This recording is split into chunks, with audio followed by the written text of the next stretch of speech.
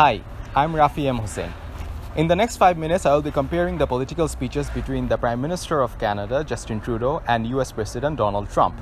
The video is not intended to undermine President Trump or to overly praise the Honorable Prime Minister, Justin Trudeau.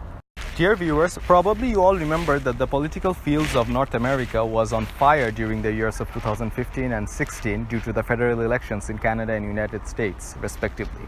What intensified the platform was when we noticed that the distance of difference between the campaigning strategies was just like the two ends of the political spectrum, the liberal left and the Republican right. You can see me in the middle of the spectrum since I'm not taking any sides in the making of this video.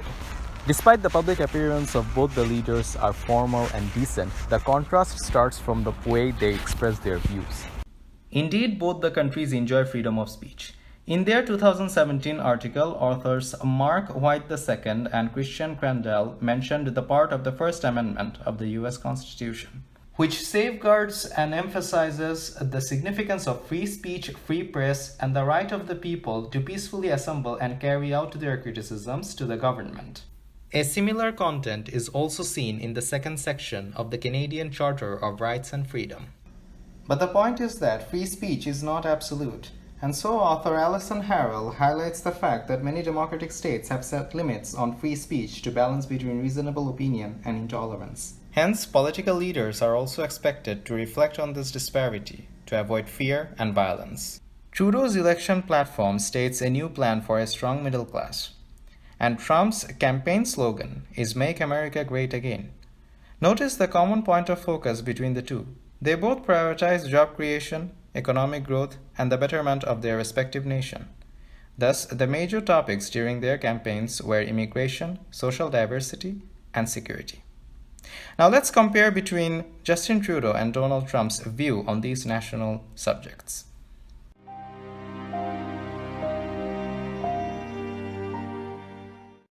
When we think about integration and success, we can't be overly impatient. We need to be respectful and keep a solid pressure and forward movement. To make sure that those we are admitting to our country share our values and love our people.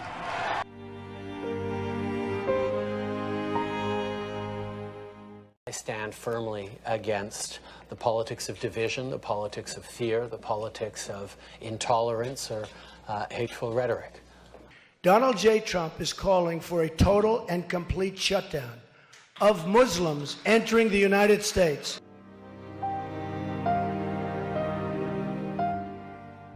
Keeping Canadians safe is one of the fundamental responsibilities of any government, and that's certainly something that we're very much focused on.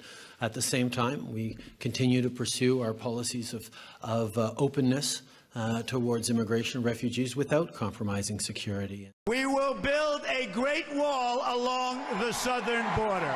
From a macro perspective, you can clearly see that Mr. Trudeau basically prioritizes a balance between security and freedom to maintain national integrity, whereas Trump often chooses marginalization as a solution to such issues. And thus, by reflecting on Katharina Holzinger's conclusion, we have to conclude that Mr. Trudeau is towards strategic bargaining and Trump goes for non-negotiable arguments. The point I'm trying to make here is that when it comes to running a state, it is a matter of seriousness, professionalism, and neutrality, wherein three of which Justin Trudeau is always ahead of Trump. One last comparison. Trudeau is very open to selfies. Some says that he is trying to gain cheap popularity and cover his failures. Well, I would say that it reduces the formal gap between the government and ordinary people. Well, on top of anything, at least it's way better than being... Get him out of here! Get him out! Get him out of here! Yeah, throw him out. Throw him out into the cold. Get him out! Out! Out! Out! rejected. Finally, we all know that Justin Trudeau's political statements are unidirectional, whereas Trump have inverse opinion on things such as Islam, for example. Now let's see what Mr. Donald thinks about Islam. I think Islam hates us. Now let's see what Mr. Trump thinks about Islam. Saudi Arabia is home to the holiest sites in one of the world's great faiths. Well, I'm not sure either. Probably in the beginning of the video you haven't noticed that I did not completely remove my middle name, but I abbreviated it, since M is for Muhammad. But then I realized that I'm in Canada, where diversity is a priority. Thank you very much for watching. I'm Rafyee Mohammed Hossain. Hope to see you soon.